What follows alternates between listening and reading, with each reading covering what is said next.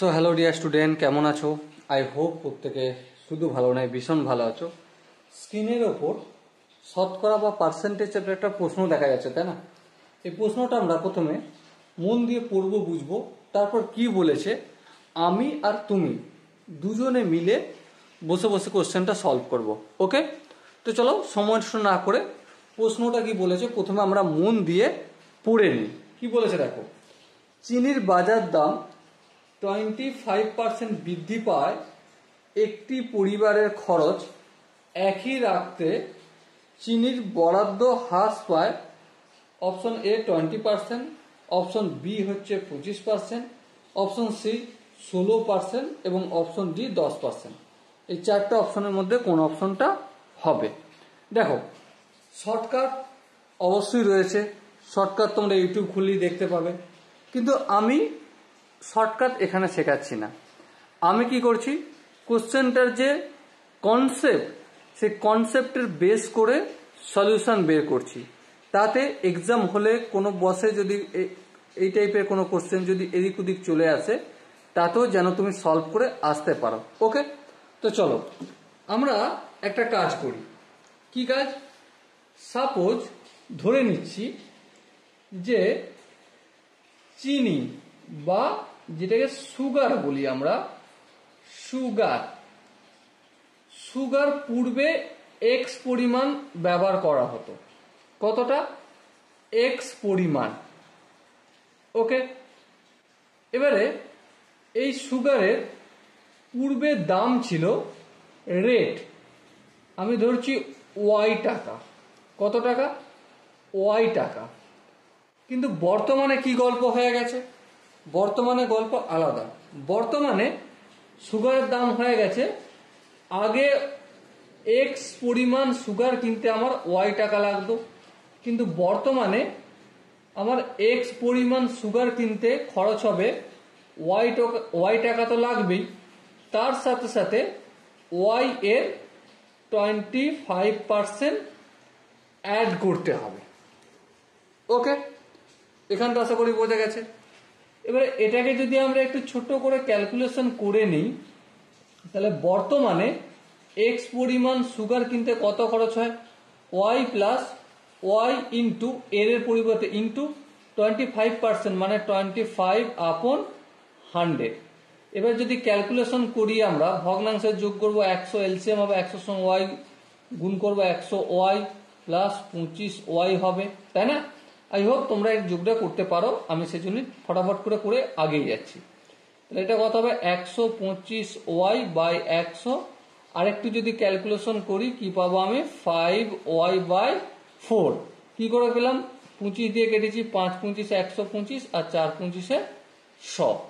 তাহলে এটা হচ্ছে আমাদের বর্তমানে এই এক্স পরিমাণ সুগার কিনতে খরচ হচ্ছে 5y/4 টাকা।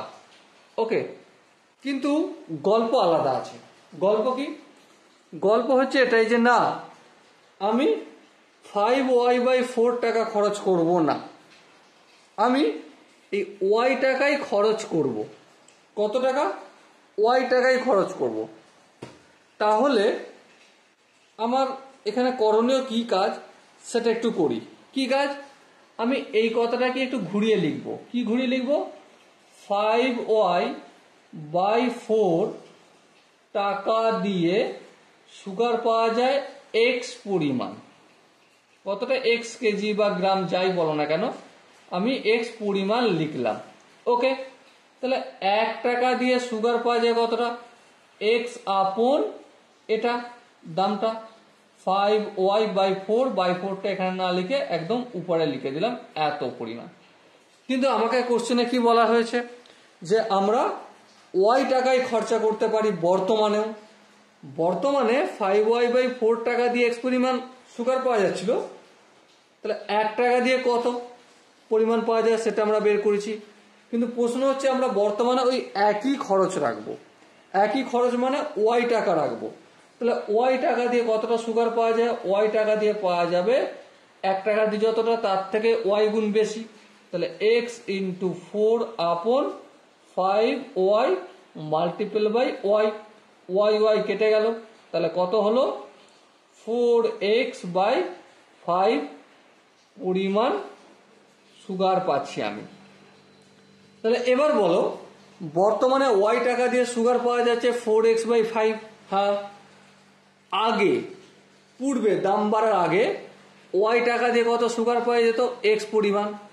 তাহলে দাম বেড়েছে, পরিমাণটা কমছে। হ্যাঁ, পরিমাণটা কমে গেছে। কতটা কমেছে? কতটা কমেছে যদি বলি, তাহলে আমি আগে পাওয়া যেত এক্স পরিমাণ, এখন পাওয়া যাচ্ছে 4x/5। বিয়োগ করলে পেয়ে যাব কতটা পরিমাণ কমছে। তাহলে বিয়োগ যদি করি, দেখো 5 হবে LCM, 5x - 4x equal to x/5।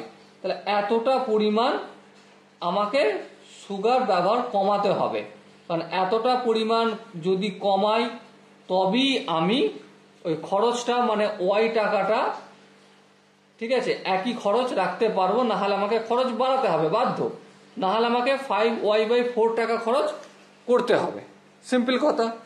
তাহলে কতটা কমেছে? x/5। এবার কার সাথে তুলনা করছি?